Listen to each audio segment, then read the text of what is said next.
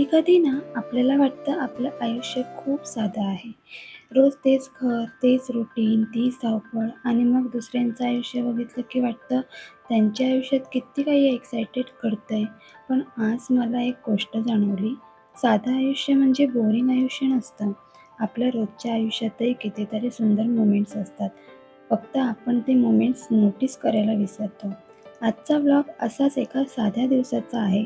पण आज मी तुम्हाला फक्त माझा दिवस दाखवणार नाही, तर आज थोडं माझ्या मनातलंही तुमच्यासोबत शेअर करणार आहे. सकाळची वेळ मला नेहमीच थोडी स्पेशल वाटते.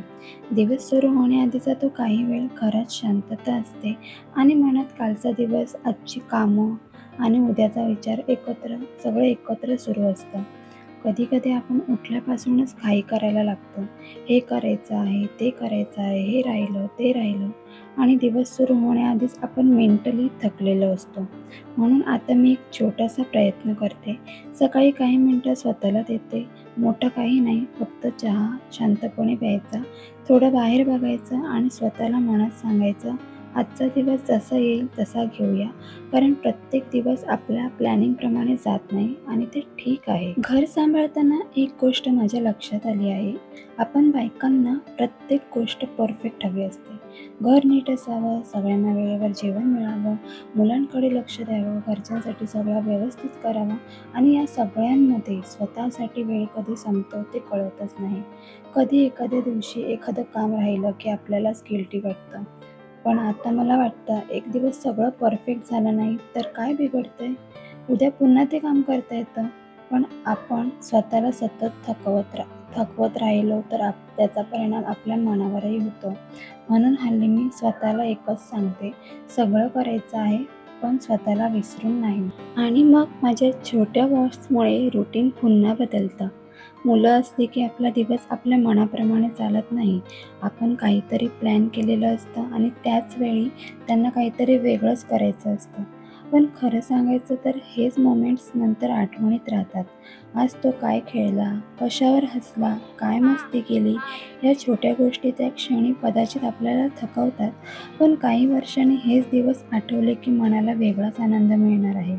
म्हणून आता शक्य तितकं मी हे मोमेंट्स एन्जॉय करण्याचा प्रयत्न करते. कॅमेऱ्यामध्ये रेकॉर्ड करणं वेगळं, पण काही मोमेंट्स कॅमेरा बाजूला ठेवून फक्त मनात साठवणं त्याहून सुंदर आहे. एक गोष्ट अजून सांगायची आहे. आपण सोशल मीडियावर दुसऱ्यांचं आयुष्य बघतो ना, कोणाचे सुंदर घर, कोणाचे ट्रॅव्हल्स, कोणाचे सुंदर कपडे, कोणाचा बिझनेस, कोणाचा यूट्यूब चॅनल आणि नकळत आपण स्वतःची तुलना त्यांच्याशी करायला लागतो. माझ्याकडे हे का नाही, माझं आयुष्य असं का नाही, मी अजून तिथे का पोहोचले नाही. पण आपण हे विसरतो की आपण त्यांच्या आयुष्यातले काही सेकंद बघत असतो. त्यांचा पूर्ण स्ट्रगल आपल्याला दिसत नाही आणि आपला स्ट्रगल आपल्याला पूर्ण माहिती असतो. म्हणून आपल्या तुलना करणं आपल्याला सोपं असतं. पण स्वतःचा प्रवास स्वीकारणं कठीण असतं. आता मला वाटतं मला दुसऱ्यांसारखं व्हायचं नाही, तर मला कालच्या माझ्यापेक्षा आज थोडं मला बेटर व्हायचं आहे एवढं. आणि माझ्या यूट्यूबच्या जर्नीबद्दल तुम्हाला माहितीच आहे.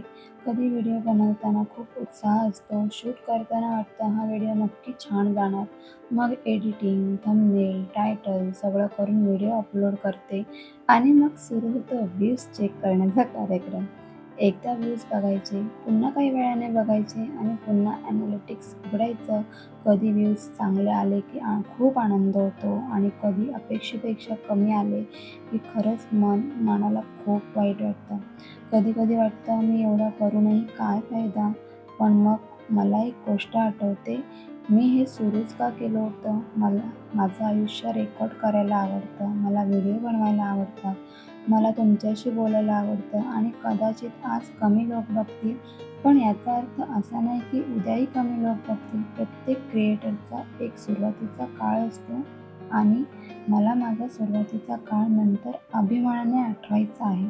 म्हणून व्ह्यूज कमी आले तरी कॅमेरा बंद करायचा नाही, पुन्हा व्हिडिओ करायचा. आज दिवसभरात काही मोठं झालं नाही, पण मला आज काही छोट्या गोष्टींनी खुश केलं.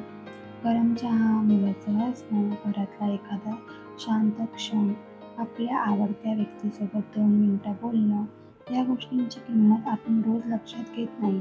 आपण मोठ्या हॅपीनेसच्या मागे धावत असतो पण कधी-कधी हॅपीनेस म्हणजे फक्त मन शांत असणं, घरचे सुखरूप असणं, आपल्या माणसांसोबत असणं आणि रात्री झोपताना म्हणत असणं, आजचा दिवस ठीक गेला. मला वाटतं एवढंही पुरेसं आहे. जर हा ब्लॉग बघणाऱ्या कोणाला सध्या असं वाटत असेल की माझं आयुष्य खूप साधं आहे, मी काहीच अचीव्ह करत नाही, मी मागे राहिले आहे, तर एक गोष्ट लक्षात ठेवा, तुमचा प्रवास कोणासारखा असण्याची गरज नाही. कोणी 25व्या वर्षी काही अचीव्ह करतं, कोणी 30व्या वर्षी, कोणी 40व्या वर्षी आणि कोणाला त्याहून जास्त वेळ लागतो.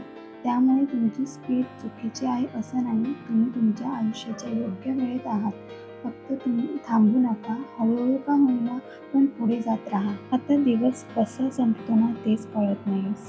सकाळी सुरू झालेला प्रवास कधी दुपार होते, कधी संध्याकाळ होते काहीच कळत नाही. आज मागे वळून बघताना वाटतं काही स्पेशल केलं नाही, पण दिवस वायाही गेला नाही. कारण प्रत्येक दिवसात काहीतरी असतंच. कधी आपण काही शिकतो, कधी कोणाला हसवतो, कधी स्वतः हसतो, कधी थोडं थकतो आणि कधी कधी स्वतःला पुन्हा उभं करतो. कदाचित आयुष्य म्हणजे हेच आहे, छोट्या छोट्या दिवसांची एक मोठी स्टोरी. तर मंडळी, आजचा ब्लॉग इथेच संपवते. आजचा दिवस साधा होता, पण तुमच्याशी बोलता बोलता मला स्वतःला जाणवलं की साध्या आयुष्यातही खूप सुंदर गोष्टी असतात.